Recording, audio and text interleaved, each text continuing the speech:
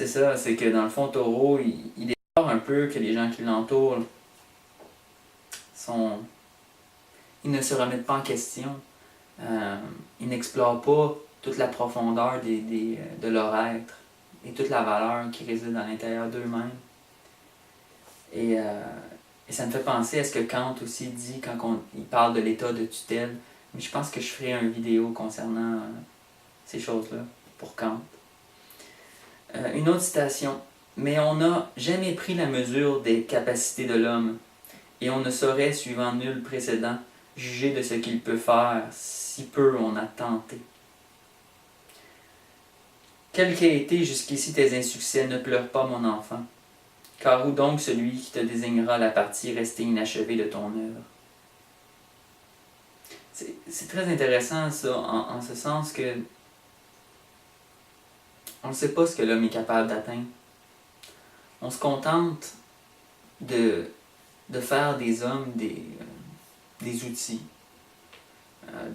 divers qu'on utilise et qu'on classe.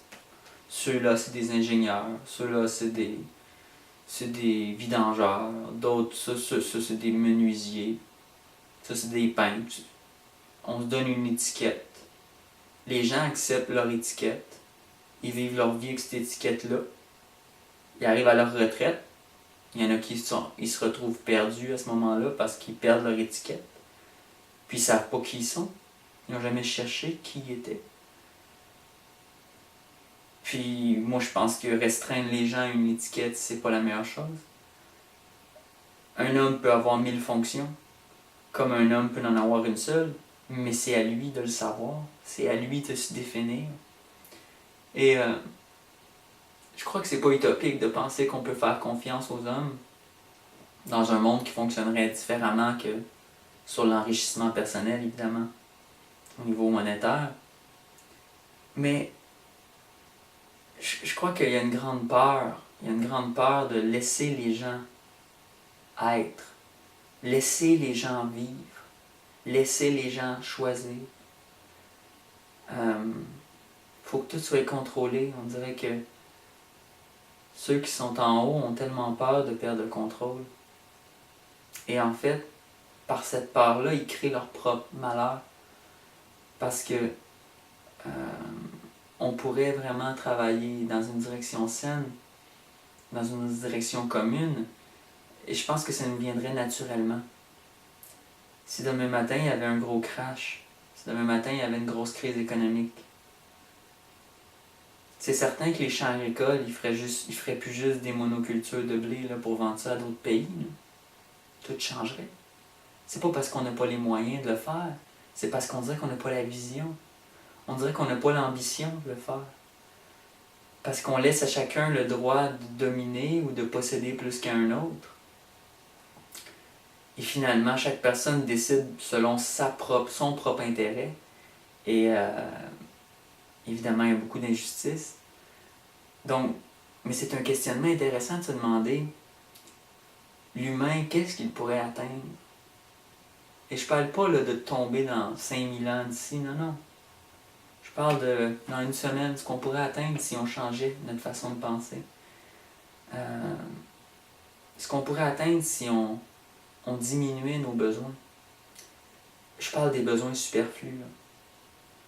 Qu'est-ce qu'on pourrait atteindre comme temps gagné, comme énergie gagnée, comme environnement sain, comme paix, comme santé, comme quiétude d'esprit, comme bonheur? Qu'est-ce qu'on pourrait atteindre?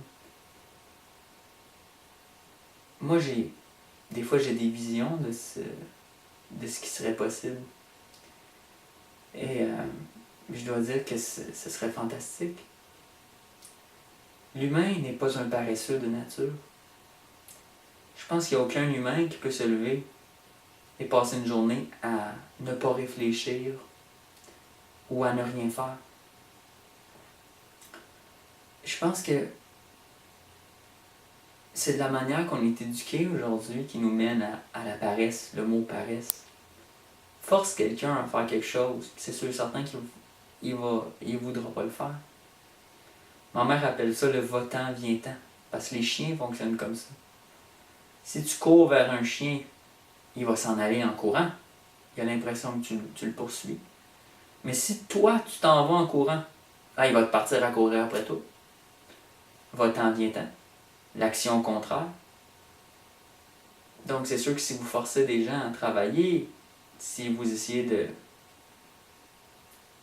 de dominer leur existence, c'est sûr que le mot paresse existe. Parce que là, c'est comme une espèce de refus. Un refus de faire ce qu'on n'a pas envie de faire. Mais si demain, j'ai plus de contraintes, si par exemple, demain, je me réveille, puis je peux faire ce que j'ai à faire. Mais là, je te parle pas de faire ce que je veux dans le terme que je me sens obsédé par un désir d'enrichissement. Non, on l'oublie ce désir-là. Parce que pour qu'une société puisse permettre ça, le désir d'enrichissement, il n'existera plus déjà. L'enrichissement va être rendu personnel, l'enrichissement va être rendu intérieur. Ça ne sera plus un enrichissement extérieur, dans des biens matériels, dans des images qu'on se construit à l'extérieur de nous-mêmes. Non. Tout ce qu'on va construire, on va le traîner avec nous. On va construire notre corps, le temple. On va construire notre savoir, notre personnalité. Et ça va être ça, notre richesse. Et on va la traîner avec nous. Et elle va toujours être présente. Elle va nous représenter à chaque instant. Donc, si on s'imagine un individu qui se réveille le matin et qui n'est pas contraint à rien, qui est plein de possibilités d'avancement, je pense qu'il va lui être naturel de rechercher à construire ce qu'il est. Et je pense que c'est vers ça qu'il faut aller. Une société de liberté, mais pas une société de classe. Parce que tant qu'il va y avoir des classes, c'est sûr et certain que c'est impossible. Le pauvre ou la personne qui n'a pas ce que l'autre va avoir, elle va s'être obsédée. Elle va se retrouver obsédée par l'idée d'obtenir ce que quelqu'un d'autre obtient. Et dès lors, elle sort de sa personne pour devenir un modèle ou un cliché. Et elle ne pourra jamais trouver qu'est-ce qu'elle est venue faire sur cette terre. Elle ne pourra jamais trouver ses talents particuliers. Et donc, dans cette petite phrase, qui est assez simple, on n'a jamais pris la mesure des capacités de l'homme, et on ne saurait, suivant nul précédent, juger de ce qu'il peut faire, si peu on a tenté. Je pense que tout ça qui se cache, il y a tout un monde qu'on ne connaît pas parce qu'on ne l'a jamais osé.